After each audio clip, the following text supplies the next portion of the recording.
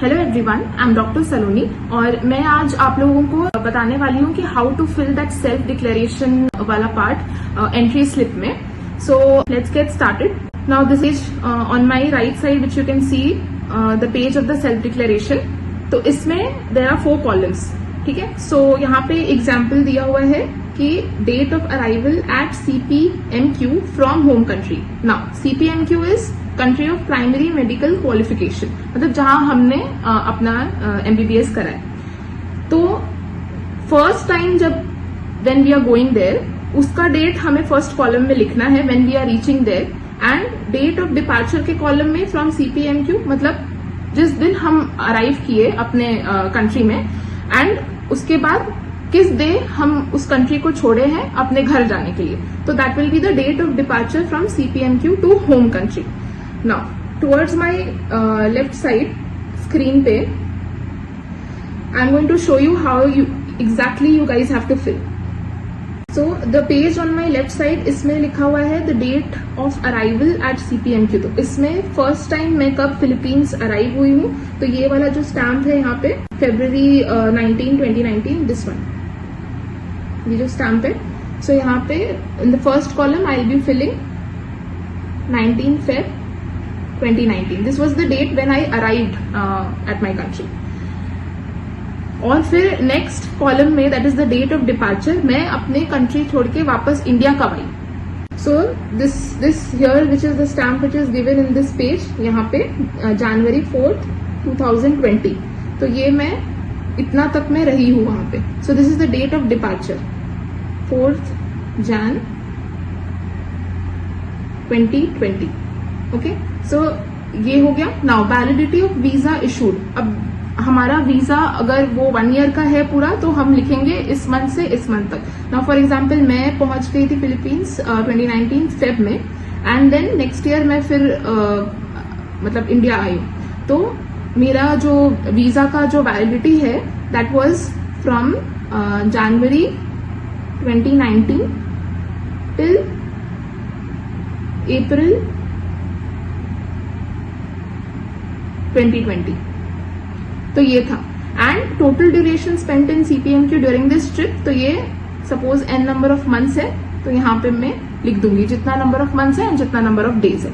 So similarly we have to do now the rest of the rows we have to fill. अब आप जितनी बार भी आए हो, 1 बार 2 बार 3 बार, वो अकॉर्डिंगली हमें अपना वीजा का स्टैम्प्स देख देख कर एग्जैक्टली हमें कोऑर्डिनेट करके फिल करना है उसी कॉलम में.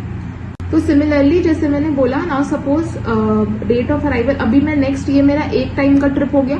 अब दूसरी बार अगर सपोज मैं 2 बार आई थी 15 डेज बीच के लिए, तो अभी सपोज मैं कितना दिन रही हूँ इंडिया में. ठीक है. तो 4th को मैं फिलीपींस मैंने छोड़ा था एंड मैं इंडिया आई, एंड देन सपोज मैं 15 दिन के लिए आई स्टे. तो उसके बाद date of arrival at CPMQ from home country, मतलब after my 15 days of stay फिर मैंने कब इंडिया छोड़ा, एंड देन फिर मैं कब पहुंची अपने कंट्री में जहां पे MBBS करा है. तो उसका स्टैम्प जो भी होगा वो डेट हम यहाँ पे मेंशन करेंगे. नाउ सपोज कि 15 डेज मैं इंडिया में स्टे की हूँ and on the 16th day I left India. ठीक है. एंड जो स्टैम्प है फिलीपींस का, और जो स्टैम्प है जिस भी कंट्री का जहां पे भी आपने किया है, वो स्टैम्प जो भी डेट लिखा होगा वो डेट हम लिखेंगे, ना कि वो डेट जो इंडिया में जिस दिन हमने डिपार्चर किया था वो डेट नहीं. जब हम वहां पे पहुंचे वो डेट इस कॉलम में लिखना है, फर्स्ट कॉलम में date of arrival. Now suppose की 16th April 2020 है. ठीक है. So date of departure. अब इस ड्यूरेशन से लेकर के कितने ड्यूरेशन तक हम वहां पे टोटल अपने कॉलेज में, वहां यूनिवर्सिटी में, उस कंट्री में रुके हैं. ना सपोज मैं 2 साल लगातार रुकी हूं, मैं एक बार भी नहीं आई, तो उसका पूरा वो जो डेट है जब हम नेक्स्ट फिर वहां से आ रहे हैं वो लिखना है. ठीक है.